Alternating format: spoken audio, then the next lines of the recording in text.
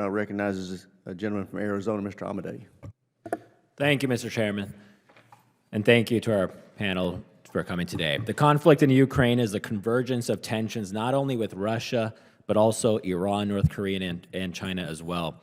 Now, we have an America First mandate to first protect the homeland and to use the strength to deter war. That's a mission that the Biden administration failed to achieve.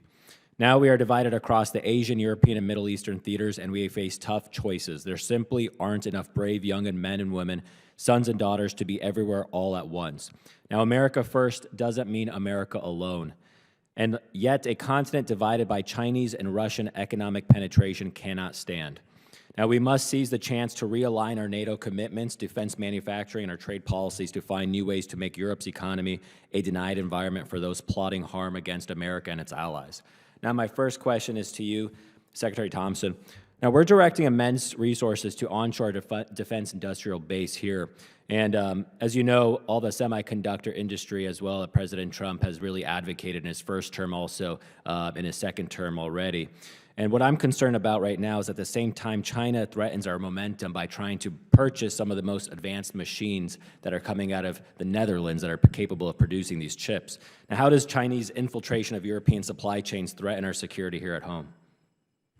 Congressman, it's a great question, and I think you bring up a very important dynamic, and this is something that we do continue to encourage our European allies to focus on, which is the economic security considerations, particularly as we look to strengthen the transatlantic industrial base on both sides of the Atlantic. This is a major consideration that would affect our ability to co-produce, co-develop, et cetera, with our European allies, and we want to be able to do that, but those conditions certainly on the front on China do impact our ability to do that, and so it's a consideration that we will continue to raise with them and encourage them to address so that we can develop together. Sure, but is it just conversations right now?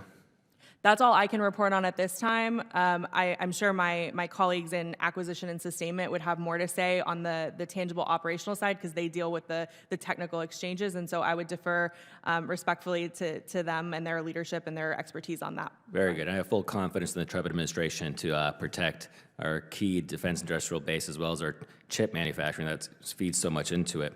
In general, thank you for your lifelong service, and I know it's going to continue afterwards.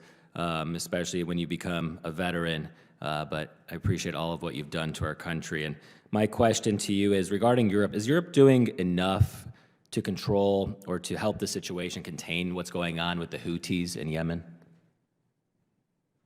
So the EU has a mission called Aspides, which has ships in the Gulf to protect commercial shipping, sir. Obviously, the United States has felt the need to do the same alongside it. Together, it's hard for me to say if it's enough. I'd refer to General Kurilla, who follows that much more closely. Sure, but we also know that the Russians have been helping the Houthis as well. Is that correct? I'd like to answer that in closed session, please, sir. No worries. And how much of the Iranian, Houthi, and Chinese threats to Europe, how much can that affect the United States? I guess indirectly, it massively, directly. Probably we don't have that much shipping, I don't think, that comes through the Suez. However, our warships transit that all the time, so it would affect our ability to conduct military operations for sure. I'm not sure, I'm not an economist. I couldn't comment on how big the impact would be on us economically or something. Thank you. Chairman, I yield back.